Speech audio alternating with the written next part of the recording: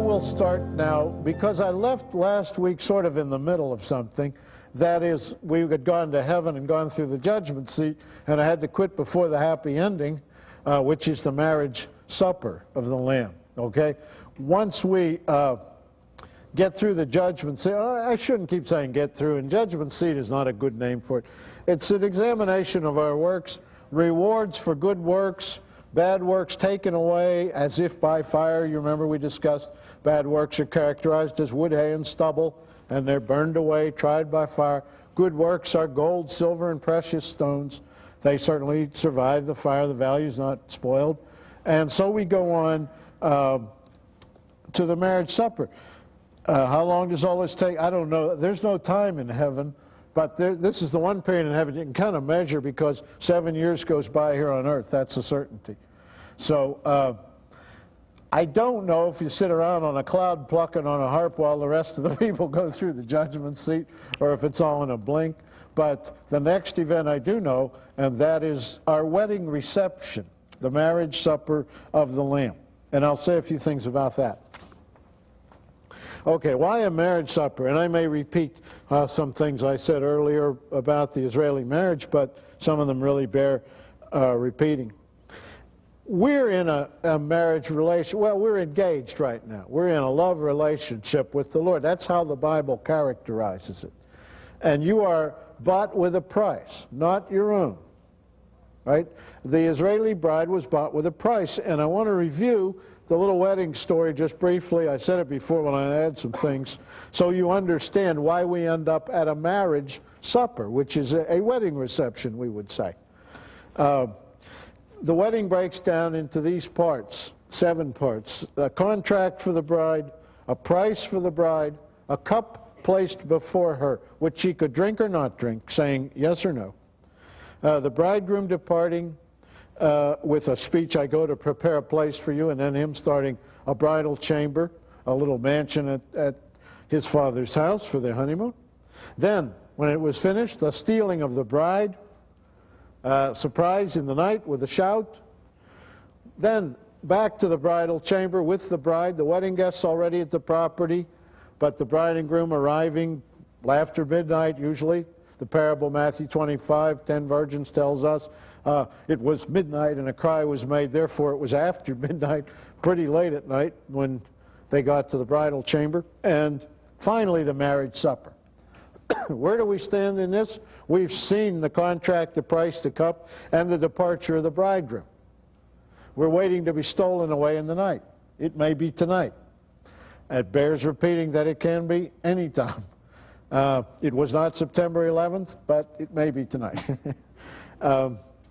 People predict the rapture. They're not exactly wrong in, they're not wrong at all in hoping it'll come. They're not dead wrong in saying it'll be on a Feast of Trumpets. I suppose that would be logical. That would follow what the Lord has done before. But they are wrong to predict the exact night because they spoil the surprise. That's not stealing away the bride if the bride's ready to go. That was the most romantic part of the wedding. The fact that she waited every night looking out that window, not knowing what night was her wedding night. That she went to sleep every night, maybe a year, maybe 2 years. There was no rules. 2 weeks he's back. Just depended on how good a builder he was. But one night he would come, by surprise, making sure she was asleep, making sure the house was dark, stealing her. And so it would ruin that part of the wedding if somebody leaked to her, oh, he's coming Friday night. Chamber's done. Saddling up. I mean, where's the surprise? So, in principle, it's wrong to fix a date for the rapture.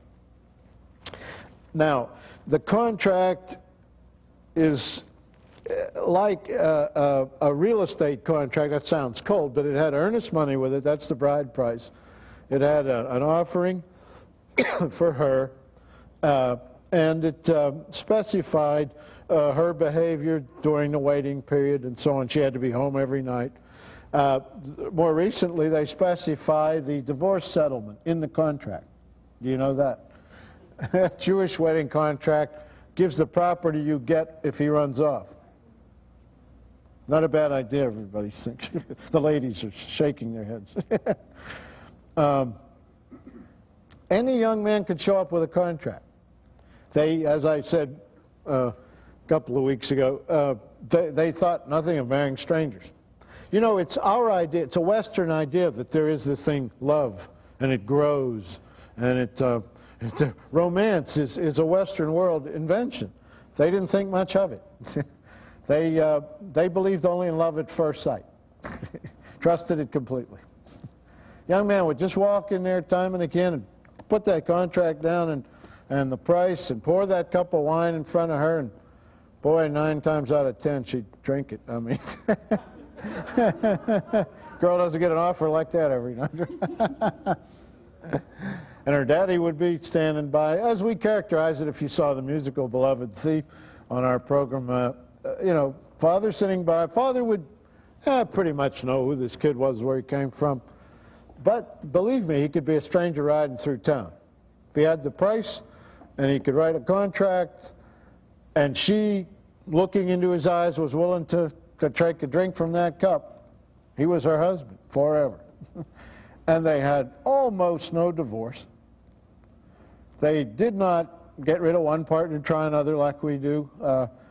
First of all, nobody could pay for that. This bride price was pretty serious.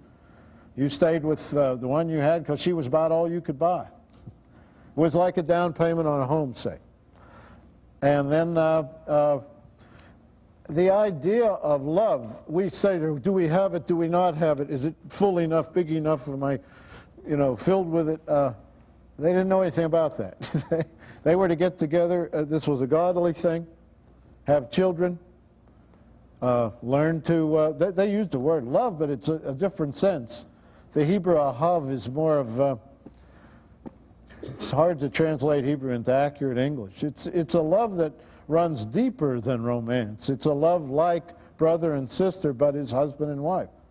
It's familial love, blood together love. It's nothing to do with what you see on the soap operas.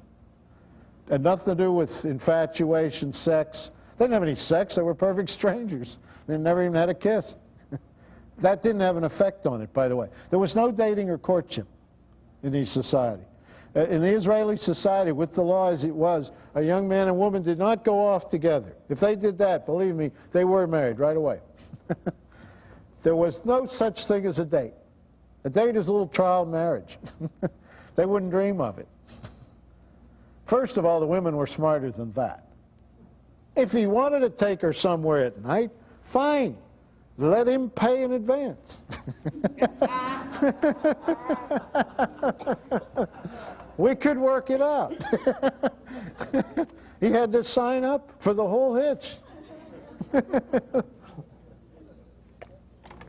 Not that this system's inferior. I mean, we have grand old couples very much in love. I sometimes ask, when I see these people, 85 years old, come to the book table, I ask the husband, how much did you give for her? 9 times out of 10 he says, I'm still paying it.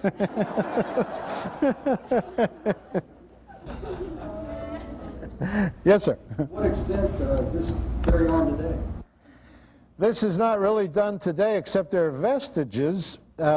If you go to a wedding at the synagogue down here, you'll see them hold up a canopy, a chuppah.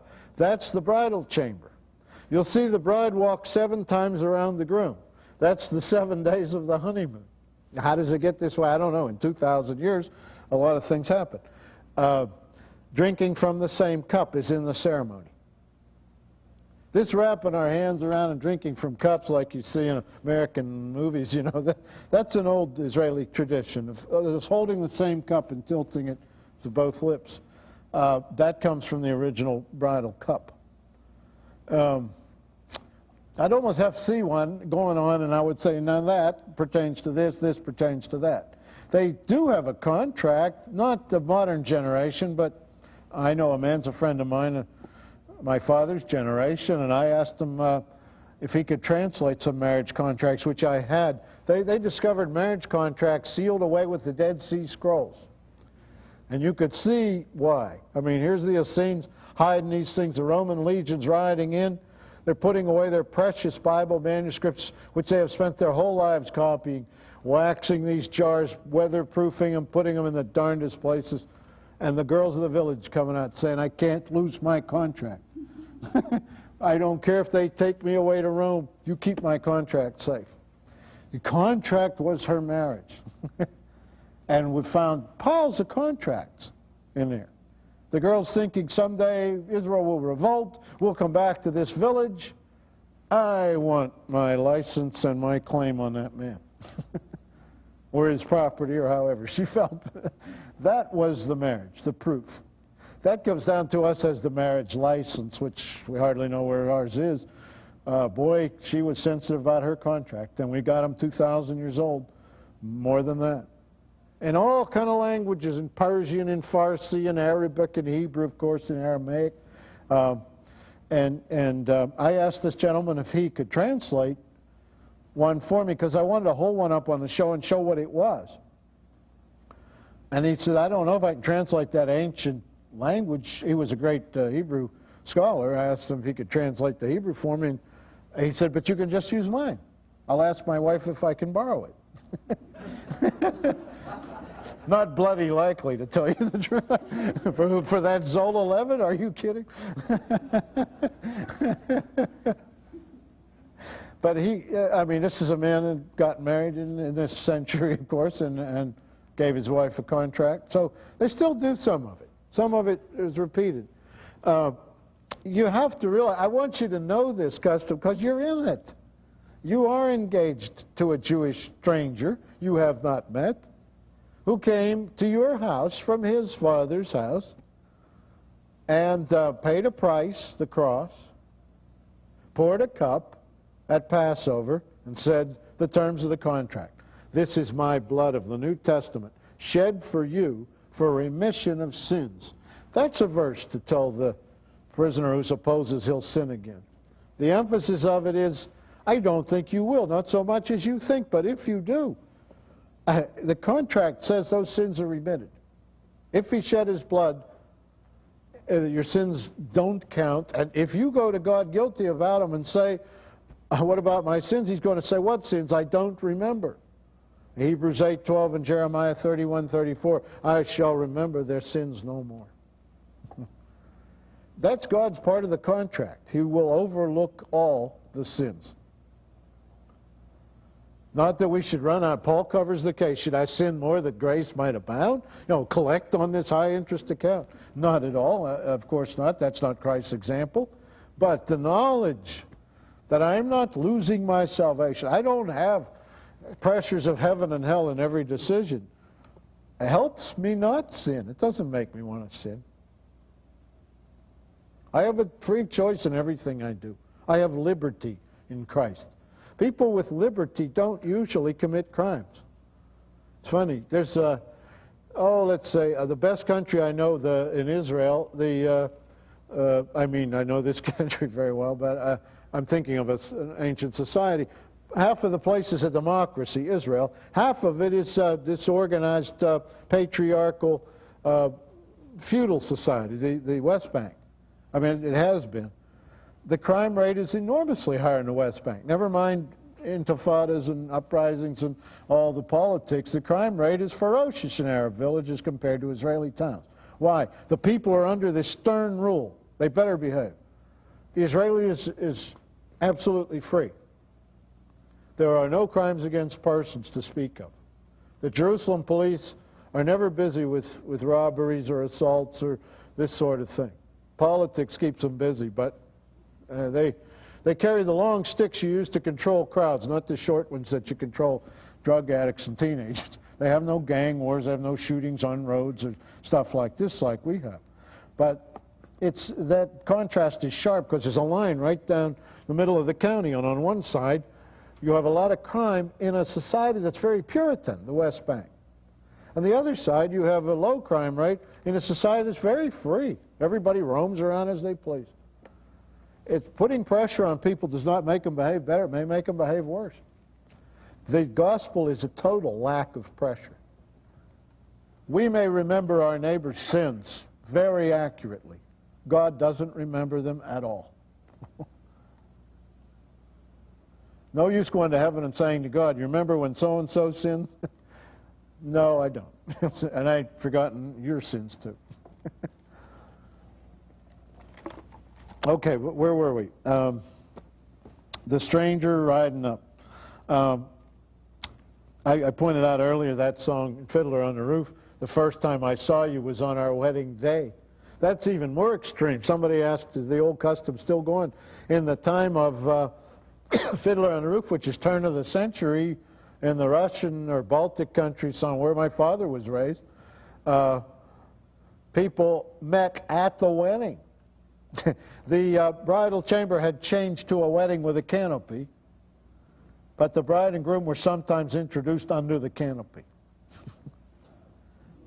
How about that, ladies? Gamble, pure gamble.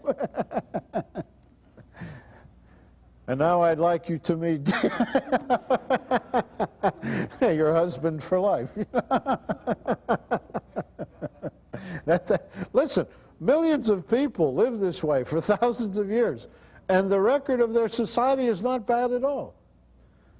You know, people are saying on all sides, America's declining, it's not going to last, it was a great idea, but it's getting corrupt and it's getting weak, and we're only 200 years old. We're talking about a people that have existed 4,000 years. They out-survive everybody. Egypt, Persia, Babylon, Rome. All of the Roman Empire perishes and little Israel goes on. Dispersed throughout the world. It's a tough, resilient bunch of people.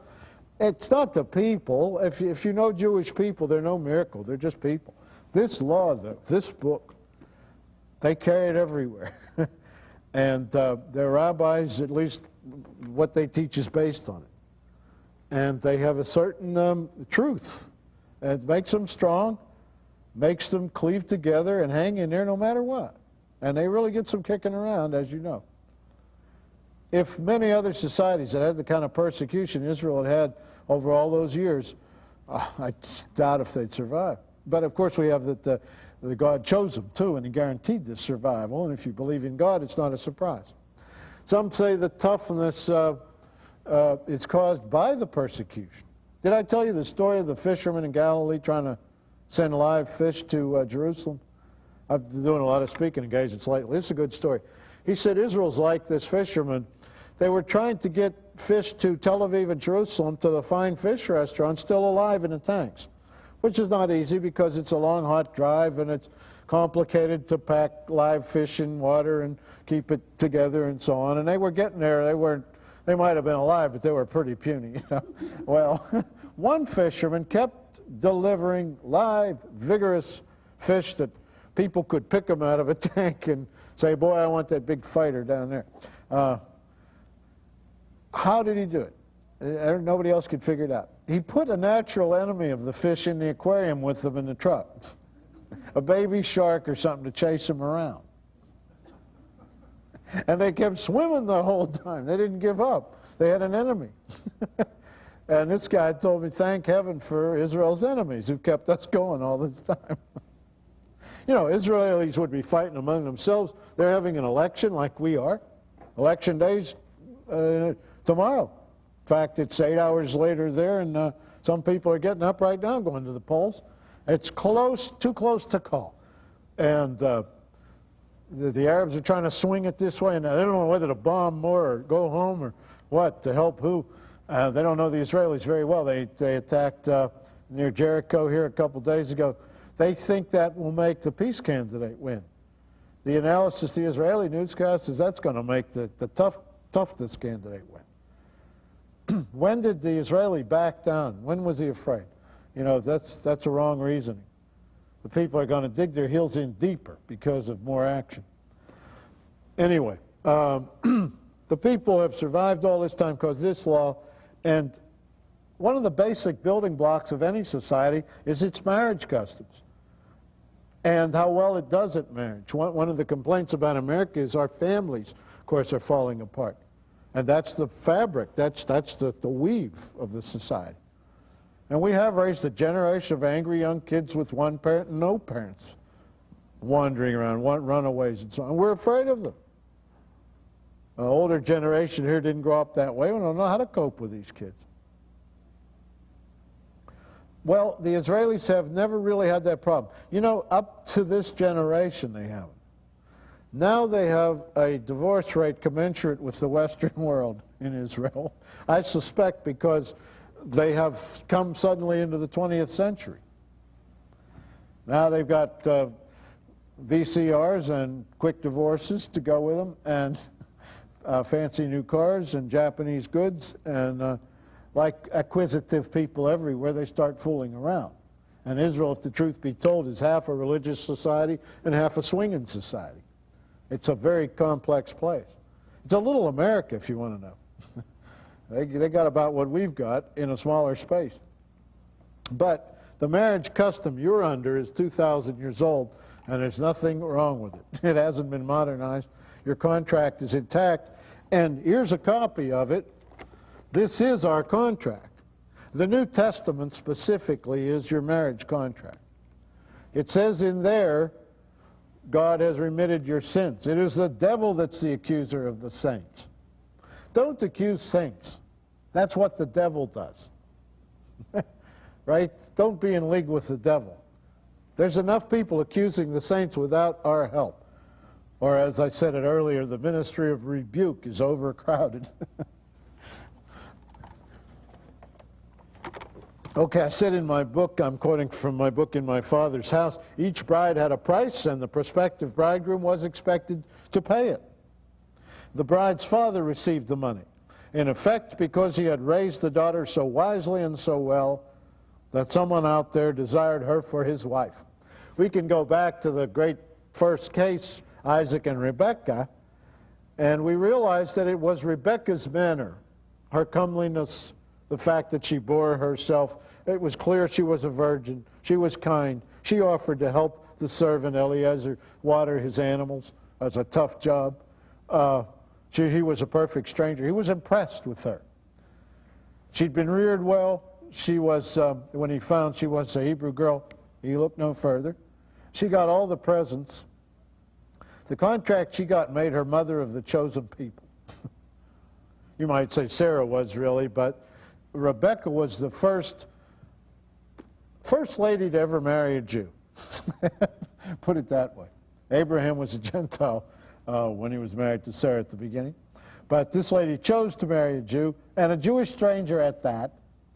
And as we remarked earlier, the custom was the same. She went to a long distance to join him, and they just went into his tent. They didn't have a ceremony. If anything, Abraham officiated out there in the wilderness, but they went into his tent. Man and woman going off together, that is a marriage. We call it a date, they call it a marriage. Communion properly is a rehearsal of the same thing. And where there, you're given a real cup to drink. The bread is his body, the cup is his blood. But the cup is so significant of the contract and the price and so on. It was the last thing done in the upper room, and then they went out singing a hymn to the Mount of Olives. The cup is significant in that you can drink it or not drink it, and a young woman would have had many cups poured for her. You ladies have had a lot of offers. You had to turn down many of them. Ideally, you just take one good one. Now, when a young girl turned away a cup, that young man would never be back. Naturally, take it somewhere else. The one she drank, that young man would always be back. No question. He paid the price. He wants her. He'll be back. So I always say when I'm doing the Passover, when they serve you the Lord's cup, drink it. And when he comes, he'll stop at your house. That's significant of your renewing your yes to the proposal. Saying, I remember you're coming for me. I remember I'm engaged. I remember I'm supposed to stay home every night and keep a veil on my face when I go out during the day. And behave as someone not her own, bought with a price. So each time we drink it, it's a little wedding again. It's like these people that have repeat weddings through their marriage to remind themselves. That's what the communion is in this sense. The departure where the groom says, I go to prepare a place for you. We read John 14 and the night in the upper room where the Lord promised to be back. And we know where he's gone and we know what he's doing. I could say so much about it. The bride would spend her time gathering her trousseau, getting the oil lamp ready to travel at night, keeping her veil on when she went out, which is in effect keeping her faith in good order and not mixing with the world. The veil separated the bride from the world. No other young man would approach. Veiled girl was spoken for. No stranger would even know who she is, what she looks like. Even friends might not know who she is with a veil on. She was, in that sense, separating herself because she now has a bridegroom coming. That's our position. We're in the world, but we should not be of it, the apostle says. If you get invited to the unbelievers' parties and they think you're terrific, your veil may be slipping. Actually, the unbeliever should not be able to describe us. I believe I touched on that. We are inexplicable to him. Face is veiled. That's why he describes us wrong. Time magazine says individuals all, they're only saying, don't know how to describe these people. Each one is different. We're not different, we're just covered up in their eyes. The veil was extremely important, and the oil lamp, a sign that she was ready to go that night. You've got to, properly for an oil lamp to work, you've got to trim it every night. So she had to check the wick and change the fuel and blow through it, make sure it could be lit. If she omitted getting oil, it meant she didn't think he was coming that night, and we covered that, the empty lamps. The church where they talk about the bridegroom, but are not really waiting, don't think he's coming tonight. The stealing of the bride is, of course, the rapture. We talked about that in detail. With a shout, with a cry, like a thief in the night, the Lord comes for the church, and the bridegroom came for his bride. The bridal chamber is interesting. Okay, he's built this little mansion, or he's decorated a room in his father's house. Takes her in there, and the door is shut. The wedding guests have already been invited by the bridegroom's father. Who would be the guests at our wedding? Friends of our bridegroom's father, Abraham, Isaac, Jacob, the prophets. The bridegroom's father knew when the chamber was done because he approved it and pronounced it done to send his son to get her. All of this is in my book, Christian Love Story. I don't think you can write all this down, but the Christian Love Story covers it in detail, and several of the other books touch on it. It's so germane to so many end-time subjects. So he steals the bride away, and that is the rapture of the church. And the idea of him coming like a thief in the night is exact. You see how that is. Again, predicting the rapture spoils that image. If someone tells you what night the thief is coming, obviously you're not going to be surprised, and he's not going to steal you away. Now, the bridal chamber, the best man would stay near the door. When the marriage was consummated, the bridegroom would tell him that fact through the door. How many of you saw the movie King David? Sorry to bother you. There was a movie about King David last year. It was a so-so movie, but I mean, I enjoyed it in terms of its biblical content. There was a scene showing the wedding of David and Bathsheba, and there were witnesses. That put off a lot of people in the Western world. These people, I mean, it was sort of a gauzy net around the bed, the couple in the bed, and the witnesses kind of walking around whistling, nice evening. Somebody had to verify the contract was fulfilled, and that was in the contract, that the marriage would be consummated when he came. So they had a witness in the wedding at that time called the friend of the bridegroom. We'd call the best man. And he stood outside the door. And when the wedding was consummated, the bridegroom told him that through the door. He didn't really watch or listen, but he could hear the bridegroom's voice. And it's very personal, but it's borne out perfectly in the gospel. John 3:28, 29, ye yourselves bear me witness that I said, I am not the Christ, but that I am sent before him. He that hath the bride is the bridegroom. This is John talking.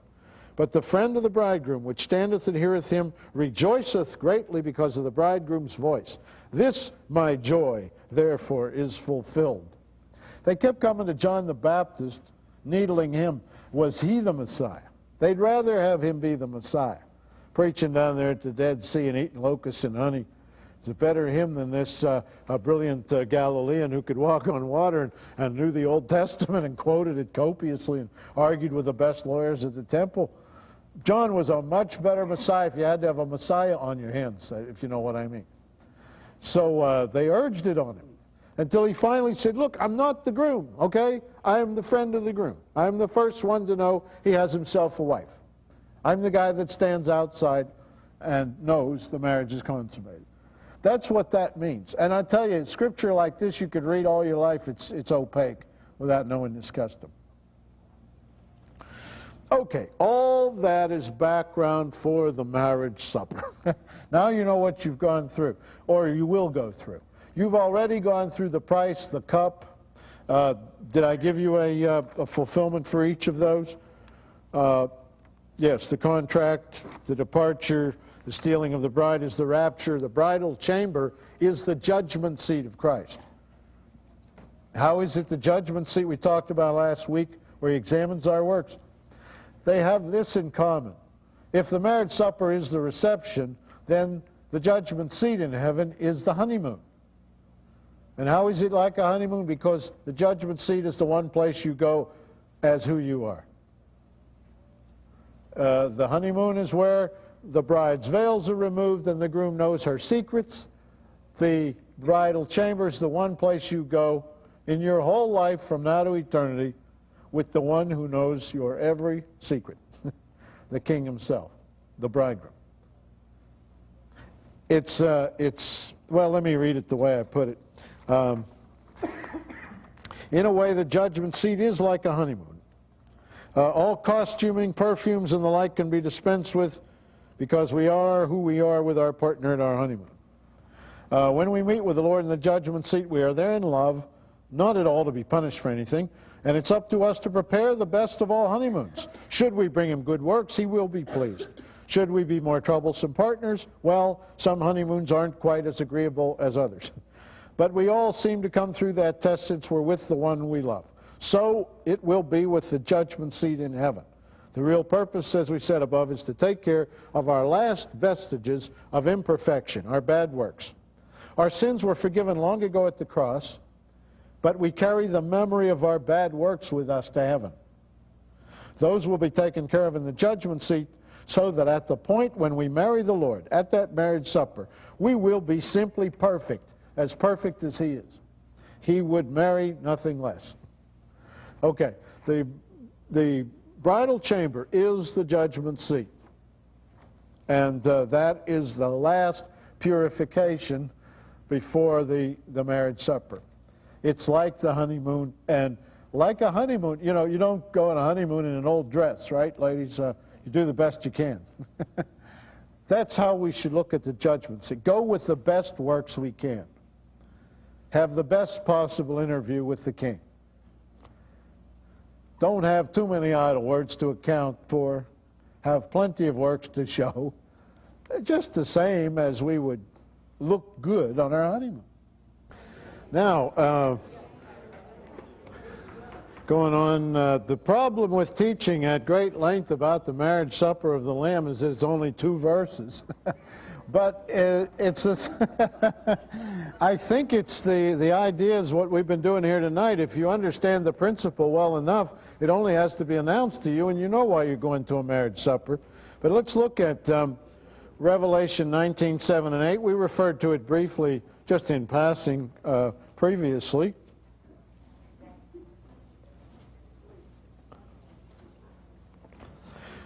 Let us be glad and rejoice and give honor to him, for the marriage of the Lamb is come, and his wife hath made herself ready. And to her was granted that she should be arrayed in fine linen, clean and white, for the fine linen is the righteousness of saints. Look how accurate the Bible is.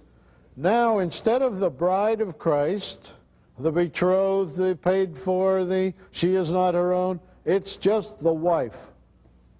It's assumed you have read and understood and fulfilled the rest of the New Testament in your life, and now you are spotless. Your sins forgiven at the cross, your bad works taken away, cleansed by fire. In the judgment seat, you come to the marriage supper as the wife. Okay, it's accurate to the Jewish wedding custom too, because it's unlike our wedding in that the honeymoon is first and then the reception. Okay, we never do that. And when the bride, in effect the bride, comes to her marriage supper, she's already married. She's the wife.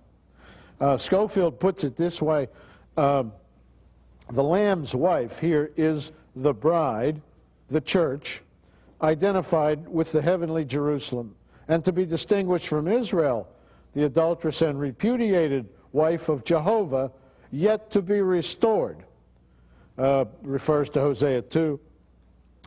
Let me say a word about that. Jehovah is married in allegory to Israel, Jesus to the church. The book of Hosea gives the story of Hosea and his wife, which is a very stormy relationship. Hosea's wife left him, went off, was unfaithful to him, finally a prostitute, ultimately a slave, and was being sold at an auction, and the high bidder was Hosea. He bought her back, took her home, sanctified her. It's one of the most dramatic stories in the Old Testament. And it's an allegory of Jehovah and Israel. They are not divorced, they are separated. And the people that say God is finished with the Jews, it's just ignorant of the covenant he made with them, with Abraham, which he said was everlasting. And I could go on and on with that, but suffice it to say, Hosea's wife was restored because Hosea redeemed her. Love isn't given for virtue. It's just love. And God loves Israel. And despite her becoming unfaithful and wandering off, even serving other gods, which the Old Testament tells, you know, people say it's a popular notion these days that the New Testament is anti-Semitic. My answer when the Jewish people come on like that is to say, have you read the Old? Because the Old Testament is really to the point about the shortcomings of the Jews. Now, if it were about the Greeks or the Persians or the Egyptians, believe me, it would have the shortcomings of those. It's not a anti-anything book, it's truth. This is how people are, even the chosen people. They act like Hosea's wife. And Hosea acts like God. His love is undying, and he buys her back. It doesn't matter what she does. He wants her back and is reconciled to her. And so, God and Israel will be reconciled at the end. Zechariah 12:10, they shall look upon me whom they've pierced, and mourn for him as for an only son. And a fount of cleansing will be opened to the house of David. Romans 11:26, all Israel will be saved when the deliverer comes out of Zion. God and Israel are having a difficult marriage. The church and his son are doing much better because the new covenant isn't automatic. You just have to accept it once, and you can't sin your way out of it. But like father, like son, no matter how far you wander, you will be reconciled to the one who loves you, who redeemed you. He isn't even buying you back at an auction. He paid for you in advance before you said yes. Now that's love. It's unlike the contract because you weren't even there when the cup was poured, and you get this free, and he paid so much. Israel worked at sacrifices and good works. The church, truth to tell, has only to believe. It ought to present fine works and good testimonies, but it has only to believe legally to be married to the King. he goes on, a forgiven and restored wife, that is the wife of the Lamb, the one who comes to the marriage supper, could not be called either a virgin or a bride. The scripture is so accurate, okay? We're not virgins. We've sinned. That's why we were saved. We're not merely the bride when we come to the judgment seat.